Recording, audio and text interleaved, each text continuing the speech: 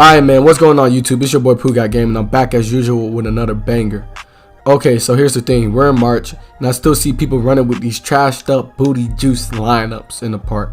Lineups are one of the key factors to winning in NBA 2K, and it's well known that if you don't have a lineup that works off of your squad archetype, then you're not going to be winning as much games as you should. So that's where I come in at. I like the help. I want you to be goated. If you're here, you most likely want to get better at the game. Yes, I understand 2K is about having fun, but you're not having too much fun if you're not winning. So, you see what the title says. I'm going to drop a list of what I feel like the top 5 part lineups in NBA 2K19 as of March. These are my opinions, but before you say anything like what does this guy know about top part lineups, I just want to say my resume speaks for itself. Both of my account win percentages are around the 80 range or higher. Plus, I'm known to place high in nearly every 2K Park event. With that being said, I hope this helps you increase your win percentage, and without further ado, let's get into the video. Okay, the number 5 lineup on my top 5 NBA 2K19 part lineup list is the point guard, playmaking, shot creator, pure stretch, and the pure glass. In the right hands, these 3 builds combined can be deadly for the simple fact that if the PG can ISO, the help defense is limited. This lineup comes in at number 5 on the list for the simple fact that playmaking, shot creating, rebounding, and decent to mid-tier floor spacing is provided. If you're an ISO guy, this should be the lineup you're looking to run with. Obviously, this lineup isn't as effective as it would have been at the beginning of the year. However, it's still pretty effective. The disadvantages of the lineup is that if the ball is in the wrong person's hands, then your opponent may be able to get away with doubling. Especially considering that playmaking shot creators are elite shooters. Therefore, a light contest may throw off his shot. Number 4. Pure sharp or pure stretch, sharp shooting defender, and a pure rim. Okay, before you say are you serious? Hear me out. This lineup is only for people who are next level 2K players who know how to do things outside of their archetype. This lineup is definitely deadly because it provides 2 key things: elite defense and floor spacing. This lineup here is cheese in the hands of the right player. I only know a handful of sharps who could dribble, but if you fall into that category, then this is going to be a good lineup. Okay, so if you're running pick and roll with the rim who has Bruiser on Hall of Fame, you're going to force the big to step up, which will allow a wide open lane.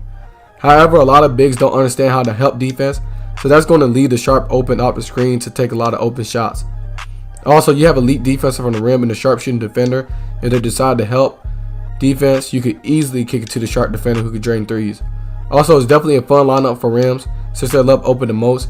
For some reason, 2K allows rims to make open corner threes at a decent rate, so they're going to have to pick and choose who they want to leave open. The reason why I say either a pure sharp or a stretch at the beginning is in the rare case someone runs 3 bigs that you'll be ready if you run with a pure stretch. Number 3. Shooting guard, sharp shooting playmaker, pure stretch, and a pure glass. That's tough. If the sharp play can dribble, say goodbye. If they're efficient on the pick and roll, say goodbye. If he's a great shooter, say goodbye. You can't help because you're going to leave someone open at all times, and this gold diamond is only going to enhance someone badges even more so if he picks and roll with the guys. The reason why I said a shooting guard, sharp shooting playmaker is because his shooting badges go at 1 extra tier. So if he picks and roll with the glass, you're screwed. And if he's a good ISO dribbler, you're screwed. And if he can hit, oh my god.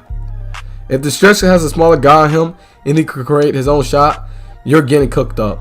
Then if they miss the ball, the glass is going to get the board, and you know people love racing down the court as soon as the ball goes up. So you're going to be left wide open once the glass get the rebound more often than not. Number 2. Pure sharp or pure stretch, pure lockdown, and a pure lockdown. The thing about this lineup is that the defense is so cheese that it's almost impossible to score, especially if the sharp has a good understanding of how to play at least average defense. This lineup allows you to switch or even play size.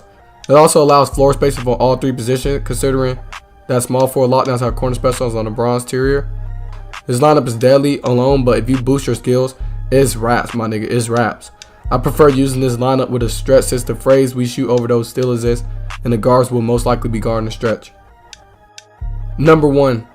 I have lost less than 10 games with this lineup on my lockdown account. The other lineups can be considered more cheesy, but again, in the hands of the right people, this can be the most deadliest. This lineup is so simplistic that you may be thinking he's dead ass when you hear this. Pure stretch, pure lockdown, and a pure glass. The reason this lineup is cheese is because it has everything in terms of size and skills. If the stretch is a good player, the stretch is going to be able to create a shot off the dribble. They can't double because if they do, they either leave the lockdown open in the corner or the lane open for the glass. The size disadvantage is a bit key in this lineup, because you can have your lock guard to 1 and the stretch guard to 2, while on offense the stretch could easily shoot over the guard. Most of your offense is going to be ran through the shooters because 3s are worth more than 2s. You can use a sharp, but I prefer a stretch due to the size difference between him and the player that will be guarding him. On top of the stretch ability to shoot over the smaller guard, the glass can set screens all day on the smaller guard to force his teammate to step up, which will allow for pick and roll opportunities. On top of the defense and shooting that this lineup offers, if the stretch misses the shot, the glass can get the rebound since the opposing center is most likely at the 3-point line playing help defense. It's near impossible to switch on this lineup. If they switch, they'll be putting the guard on either the center or a lock.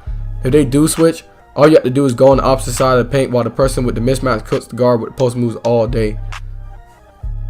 Okay, that's going to wrap it up for this video. I hope you liked it. Let me know what lineups you currently use in Park and whether or not you're going to use some of the cheese lineups from this video. Tell me some of the lineups you feel like are the most deadliest in Park and whether or not you feel like these are some pretty good lineups. I hope this video helps you win more games. If you're new, hit that subscribe button. If you're not new, you already know what I like. I like interacting with my subs. I do this because it's fun and I get to interact with you guys, and I'm not able to interact with you guys that I'm not having too much fun. With that being said, let's try to get this video to 25 likes. It's your boy Pooh Got Game and I'm out. Peace.